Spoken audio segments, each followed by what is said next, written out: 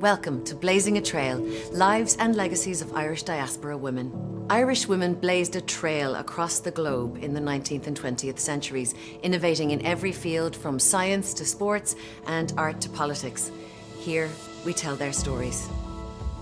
Elizabeth Gurley Flynn is a name I have known in the family for a long time, and that's because she overlapped with my grandmother. Both of them had very strong socialist principles and ideals, and of course Gurley Flynn was very fiery and spoke at lots of meetings and had the ability to mobilise lots of male workers as well as the women workers. I admired that about her.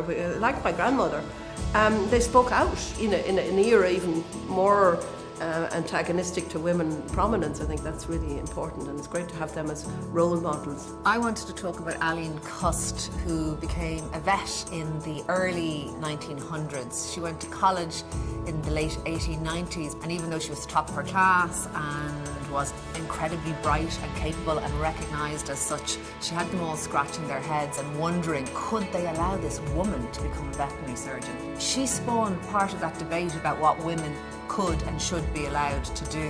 Why didn't I know more about Lola Ridge? She's kind of changed my life, and I really want to know more about her, so I hope you will too. I think it might have been her own integrity that stopped her from being more well known, but in her day, she was incredibly active, and she really was all about the spirit of freedom and taking action, putting art into activism. She wasn't perfect, but who is? She wrote about that you should write anything that burns you, and she really was on fire. So my inspiration from this exhibition would be Kathleen Lonsdale. The chemistry that she focused in X-ray crystallography and the discovery of benzene being a flat structure, and then having no problem to go to prison because she was a pacifist, and then inspiring young girls to become scientists. These are all things that I thought were, aspirations for today to encourage women in STEM. But no, she was doing it years ago. She was amazing, and she's exactly the kind of woman I want to be. So the women featured in this exhibition are just a fraction of the trailblazing Irish women who pioneered in their fields all over the world. It's like finding treasure every day working on a project like Her Story. It's a real humbling experience